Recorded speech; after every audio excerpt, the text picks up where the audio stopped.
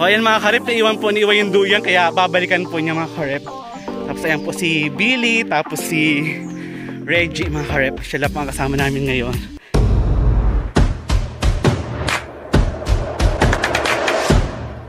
Hello mga karep! For today's gala, nature trip ulit kami. This time, lalabas kami mga karep ng Camarines Sur. Sa Quezon naman daw kami for today's video. Enchanted River Falls daw ang pupunta namin mga karep.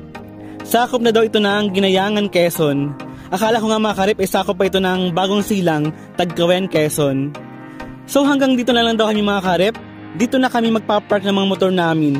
At habang nagpapark sila mga karep, may nakita akong signage sa puno. Ang tanong daw mga karep ay 10 pesos.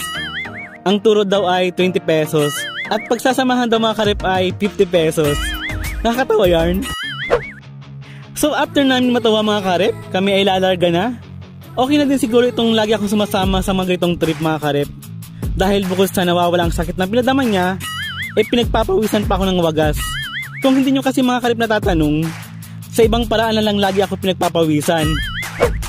So nagpatuloy na kami mga karep at baka kung anong pagpapawis ang maikwento ko.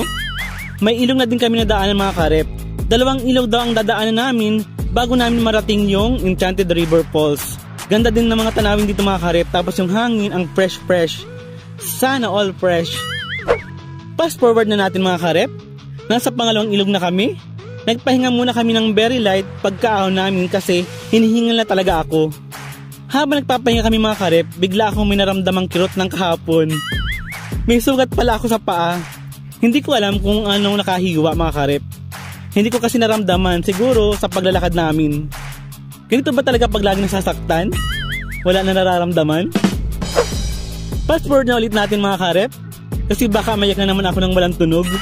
After ko masaktan, nagpatuloy na kami sa paglalakad. Malapit na daw kami sa falls mga karep. Pagbaba doon namin, andun na kami. Actually mga karep, may naririnig na akong lagaslas ng tubig na para bang nangangakit. Fast forward again mga karep at baka maakit kita. After 20 minutes mga karep, nandito na kami sa Enchanted River Falls. So tama naman sila Reggie. Malapit lang talaga siya mga karep. Kahit nasaktan na naman ako ng hindi ko alam. Ano daw?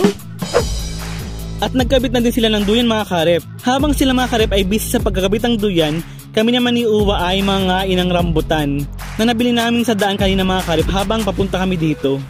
Ang dami kong nakain mga karep dahil sobrang tamis. Kasing tamis ng mga pangako niya na hindi niya ako sasaktan.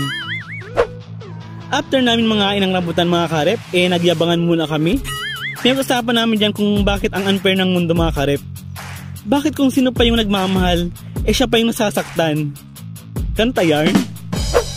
So after kong magdrama dyan mga karep, bumaba na muna ako sa tubig at grabing init. Yung init mga karep, kaya kong tiisin. Pero yung ngumingiti na siya sa iba, hindi. Ano daw? Umahon na din muna ako mga karep para maglagay ng camera. Magta-timelapse niya daw kami mga karep. At dahil hindi ako nakapagdala ng tripod, dito na muna natin lalagay sa ihawan. Nilagyan ko lang ng bato pampabigat mga karep. Baka kasi mahulog, tapos walang sumalo. Parang ako. Ganda dito mga karep, ang linaw at ang lamig ng tubig. Gusto ko pa sana magbabad pero naalala ko, mag-aasikaso pa nga pala kami ng kakainin namin mga karep. So dyan nga mga karep ay nag-iihaw na sila ng manok. Ihaw ba tawag dyan? Tapos naghahanda na din kami ng gagamitin para sa pagluluto ng pasit bato. Ang walang kamatayang pasit bato mga karep na pagkasarap-sarap man din. May tanong pala ako mga karep. Pag nagigisa kayo, anong inuuna nyo? Bawang o sibuyas? Ako kasi ang inuuna ko mga karep ay sarili ko.